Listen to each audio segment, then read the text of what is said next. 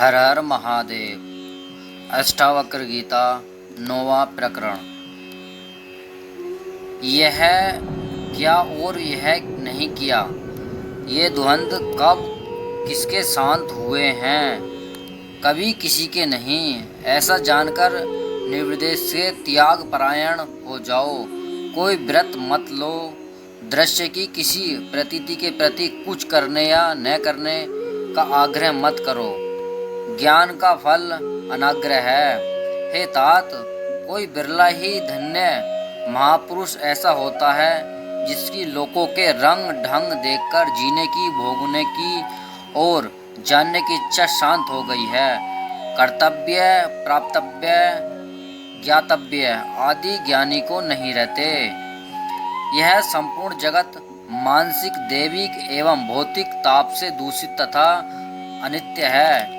इसमें कुछ सार नहीं है। यह निंदित एवं त्याज्य है। ऐसा निश्चय करके वह ज्ञानी शांत हो जाता है। भला ऐसा कौन सा समय है जब अथवा कौन सी व्यवस्था है जब मनुष्य सर्दी, गर्मी, सुख दुख आदि के द्वंद्वों से आक्रांत नहीं रहता? इसलिए उनकी अपेक्षा करके जब जो जैसे मिले उसी से अपना काम चला लें। ऐसे पुरुषों को ही सिद्धि मिलती है। ऐसा कौन विचारशील मनुष्य होगा जो महर्षि, साधु एवं योगियों के अनेकों मत मनांतर देख उनमें से उदासीन होकर शांत न हो जाए?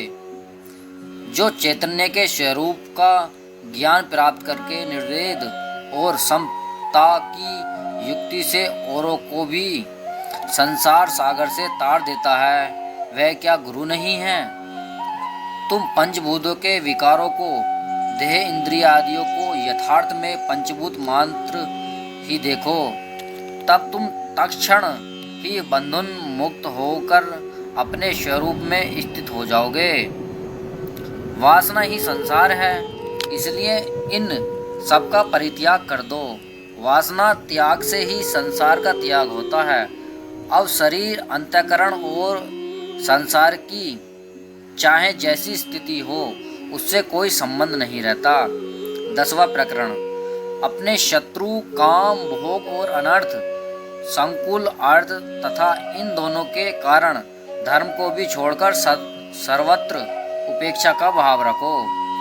मित्र, जमीन, धन, महल, स्त्रियां, उत्तराधिकार आदि संपत्तियों, ये सब स्वप्न और इंद्रजाल के समान 3 या 5 दिन की वस्तु हैं। ऐसा देखो, समझो। जहाँ जहाँ तृष्णा है वहीं वहीं संसार है, ऐसा जानो। प्रौढ़ वैराग्य का आश्रय लेकर तृष्णा को छोड़ दो और सुखी निश्चित हो जाओ। केवल तृष्णा ही बंधन है और उसके नाश का ही नाम मोक्ष है। संसार में अनासक्त होते ही बार बार कृतज्ञता और आनंद की उपलब्धि होने लगती है। तुम एक एवं शुद्ध चेतन हो और यह विश्व जड़ तथा असत है। अविद्या भी कुछ नहीं है। फिर तुम किस वस्तु को जानने की इच्छा करते हो? राज्य, पुत्री, स्त्री, शरीर और सुख, इनमें तुम जन्म जन्म आसक्त रहो, परंतु तुम्हारे आसक्त रहने पर भी ये सब नष्ट हो गए। धन, भोग अथवा पुण्य कर्म, ये सब अब बहुत हो चुके हैं, बस करो।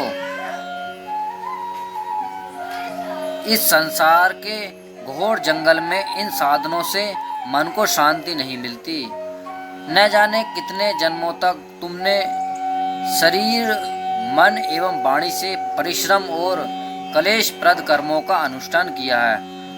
अब तो उनसे उपाराम हो जाओ। 11वां प्रकरण। भाव से अभाव और अभाव से भावरूप विकार स्वभाव से ही होते रहते हैं। जो ऐसा निश्चय कर लेता है वह विकार एवं कलेशों से रहित हो जाता है और उसे अनायास ही शांति प्राप्त होती है। ईश्वर ही सबका निर्माता है, दूसरा कोई नहीं। जो ऐसा निश्चय कर लेता है उसकी सारी आशाएं भीतर ही गल जाती हैं। वह शांत हो जाता है और उसकी कहीं भी आसक्ति नहीं होती। समय पर आपत्तियां और संपत्तियां देव प्रारब्ध से होती हैं। ऐसा जो निश्चय कर लेता है वह सदा तृप्त रहता है, उसकी इंद्रियां सदा स्वस्थ रहती हैं। न तो वह अप्रताप की प्राप्ता की इच्छा करता है और न तो नष्ट वस्तु के लिए शोक ही करता है। सुख दुख और जन्म मृत्यु देव से ही होते हैं। ऐसा जो निश्चय कर लेता है उसकी दृष्टि साध्य कुछ नहीं रहता, उसे परिश्रम नहीं होता और कर्म करने पर भी वह लिप्त नहीं होता। इस संसार में चिंता से ही दुख होता है, अन्यथा नहीं। जिसने ऐसा निश्चय कर लिया है वह चिंताहीन साधक सुखी एवं शांत हो जाता है, उसको कहीं भी स्पृहा नहीं होती।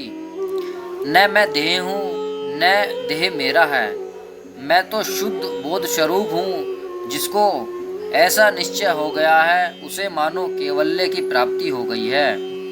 वह इस बात का स्मरण नहीं करता कि मैंने क्या किया और क्या नहीं किया। ब्रह्म से लेकर तिनके तक सब मैं ही हूँ। ऐसा जिसका निश्चय है वह संकल्प विकल्प से रहित पवित्र एवं शांत हो जाता है। प्राप्ति और अप्राप्ति दोनों में वह निश्चिंतन रहता है। अनेक आश्चर्य से परिपूर्ण यह संसार कुछ नहीं है। ऐसा जिसका निश्चय है उसकी सारी वासनाएं भस्म हो जाती हैं, वह स्फूर्ति मात्र बचता है और वह मानो कुछ नहीं है, निर्वाण ही निर्वाण है। इस प्रकार शांत हो जाता है। 12वां प्रकरण।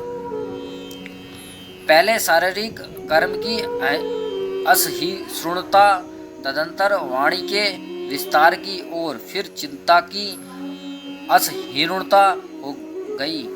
इसलिए मैं यूं ही ज्योति का त्यों ही स्थिर हूँ। शब्द आदि विषयों में प्रीति न होने के कारण और आत्मा के अदृश्य होने से मैं विक्षेप के निमित्त उपस्थित होने पर भी एकाग्र रहकर यूं ही स्थिर हूँ। सम्यक अध्यास आदि के कारण विक्षेप होने पर समाधि के लिए साधन करना होता है। ऐसा नियम देखकर मैं यूं ही स्थित हूँ। त्याज्य ग्राह्य हर्ष और विषाद न होने के कारण हे ब्रह्म स्वरूप मैं तो यूं ही ज्यों का त्यों स्थिर हूँ। यह आश्रम है और यह आश्रम का त्याग, यह ध्यान है और यह विक्षेप, यह चित्त के द्वारा स्वीकार करने योग्य है और यह नहीं। इन बातों से विकल्प ही होता है। ऐसा देखकर मैं तो यूं ही स्थित हूँ। जिस प्रकार कर्मानुष्ठान कर्म करना अज्ञान से होता है, इसी प्रकार कर्म का त्याग भी अज्ञान से ही होता है। इस तत्व को यथार्थ रीति से जानकर मैं इसी प्रकार आत्मस्वरूप में ही स्थित हूँ। अनित्य आत्म तत्व का चिंतन करने से भी वह चिंतन स्वरूप हो जाता है। इसलिए उसका चिंतन भावना छोड़कर मैं तो यूं का ही अपने स्वतः सिद्ध स्वरूप में स्थित हूँ। जिसने अभ्यास के द्वारा अपने को ऐसा बना लिया वह कृतार्थ हो जाता है। जिसका ऐसा स्वभाव ही है वह स्वतः कृतार्थ है। 13वां प्रकरण। आत्मा के सिवाय अन्य कोई वस्तु है ही नहीं। ऐसे बोध से जो स्वरूप परिस्थिति प्राप्त होती है वह केवल कोपिनधारी होने पर ही दुर्लभ है। इसलिए त्याग ग्रहण का परित्याग करके मैं मौज में रहता हूँ। कहीं तो शरीर को कष्ट होता है और कहीं जिज्ञा को तथा कहीं मन को। इसलिए उन सबको छोड़कर मैं अपने स्वरूप में सुखपूर्वक स्थिर हूँ। शरीर अंतःकरण आदि के द्वारा किए हुआ कर्म वस्तुतः कुछ नहीं है। ऐसा निश्चय करके जब जो कर्तव्य सामने आ जाता है उसे करके मैं मौज में रहता हूँ। कर्म का संकल्प करो अथवा उसके त्याग का संकल्प करो, यह दुराग्रह तो देहाभिमानी साधकों के लिए है। न मुझसे किसी का संयोग है और न वियोग। इसलिए मैं सुखपूर्वक रहता हूँ। स्थिति गति अथवा शयन से न मेरा कोई लाभ है न तो हानि। इसलिए उठते बैठते सोते मैं अपनी मौज में रहता हूँ। न सोने से मेरी कोई हानि है और न परिश्रम करने से कोई लाभ।